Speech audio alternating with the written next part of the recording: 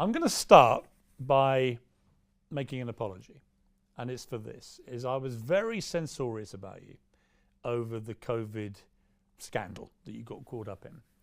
And in a nutshell, you got thrown out of Australia over what seemed to be, on the face of it, from what the media were being told and what was being reported, was you trying to bend the rules of getting into playing the Australian Open without having taken the COVID vaccine. And I was actually quite censorious about a lot of people at the time. And I've since apologized to some people for being too tough on them, because once it became clear that if you had the vaccine, it made no difference to whether you could then transmit the virus, clearly at that point for me, it becomes a personal choice. If the potential danger is irrelevant compared to whether you have the jab or not. And so I have, on that basis, said, look, I believe the vaccines were important.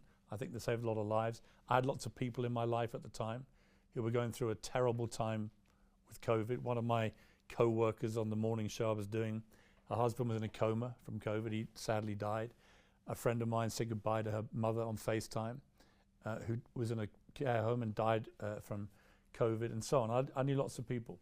So it felt quite personal. It felt quite visceral to me, but I was too censorious. And when more information emerged about your situation, the fact you'd had COVID several weeks before you went to Australia, the fact that you hadn't actually done anything wrong on the form filling, the fact that in the end it became a political decision to throw you out based on likely public anger if they didn't take action.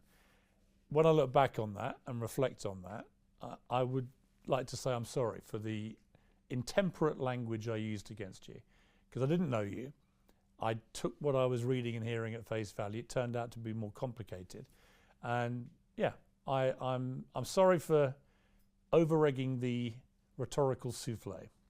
I appreciate that very much. Let me get that off my chest. Honesty, thank you so much. It was difficult times and you know, state of emergency globally.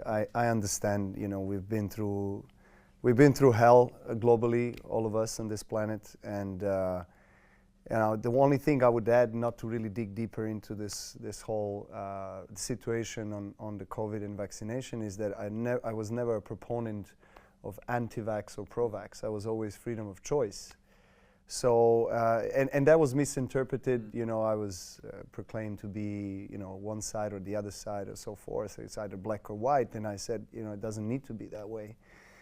As an athlete, as someone that, you know, takes care of the integrity of the body and understanding of obviously doing my research and understanding that I'm not a threat to anybody and I don't need to do it myself. And I've been through 2 or 3 times I had COVID in like a year and a half. So I had all the antibodies, etc. So anyway, long story short, good to see you here. Good to finally meet you, and I appreciate and I respect the fact that you know, what you said. It speaks volumes about the person that you are.